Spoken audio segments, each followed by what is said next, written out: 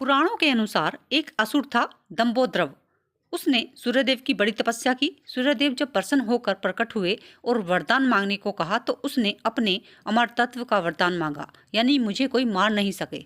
सूर्यदेव ने कहा यह संभव नहीं है। तब उसने मांगा कि उसे 1000 दिव्य कवचों की सुरक्षा मिले।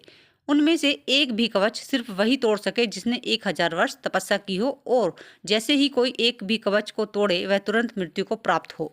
यह सुनकर सूर्यदेव बड़े चिंतित हुए। वे इतना तो समझ ही पा रहे थे कि यह असुर इस वरदान का दुरुपयोग करेगा, किंतु वह कर भी क्या सकते थे। इन कवचों से सुरक्षित होने के बाद वही हुआ जिसका सूर्यदेव को डर था। दंभोद्रव अपने सहस्त्र कछुओं की सहशक्ति से अपने आप को अमर मानकर मनचाहे अत्याचार करने लगा।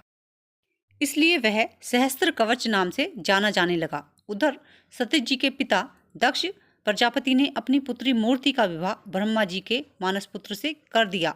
मूर्ति ने सहस्त्र कमर के बारे में सुना था और उन्होंने श्री विष्णु से प्रार्थना की कि इसे खत्म करने के लिए वे आएं। विष्णु जी ने उसे आश्वासन दिया कि वे ऐसा ही करेंगे। समय क्रम में मूर्ति ने 2 जुड़वा पुत्रों को जन्म दिया, जिनका नाम हुए नर और नारायण। दोनों 2 शरीर में होते हुए भी एक थे, जैसे 2 शरीरों में एक आत्मा। विष्णु जी ने एक साथ 2 शरीरों में नर और नारायण के रूप में अवतरण किया था। दोनों भाई बड़े हुए और उनका सामना दंभोद्रव से हुआ। उस समय उस व्यक्ति ने कहा कि मैं नर हूं और तुमसे युद्ध करने आया हूं। वह होते भी दंभोद्रव ने हंसकर कहा, तुम मेरे बारे में जानते ही क्या हो। मेरा कवच सिर्फ वही तोड़ सकता है जिसने 1000 वर्षों तक तप किया हो। नर ने हंसकर कहा, मैं और मेरा भाई नारायण एक ही हैं।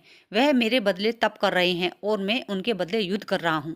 युद्ध शुरू हुआ और सहस्त्र कवच को आश्चर्य होता रहा कि सच में मैं नारायण के तप से नर की शक्ति बढ़ती चली जा रही थी। जैसे ही 1000 वर्ष का पूर्ण हुए, नर ने सहस्त्र कवच का एक कवच तोड़ दिया, लेकिन सूर्य के वरदान के अनुसार जैसे ही कवच टूटा, नर मृत होकर गिर पड़े। सहस्त्र कवच ने सोचा कि चलो एक कवच गया ही सही, किंतु यह तो मर ही गया। तभी उसने देखा कि नर उसकी ओर दौड़ा चला आ रहा है और वह चकित हो गया। अभी ही तो उसके सामने नर की मृत्यु हुई थी और अभी ही यह जीवित हो गया है। लेकिन फिर उसने देखा कि नर तो मृत पड़े हुए थे। फिर हूबहू नर जैसा प्रतीत होता उसका भाई नारायण था। फिर नर ने आकर नारायण को पुनर्जीवित कर दिया और यह चक्र फिर से चलता रहा। इस तरह 999 बार युद्ध हुआ। एक भाई युद्ध करता, दूसरा तपस्या। हर बार पहले की मृत्यु पर दूसरे उसे जीवित कर देता था।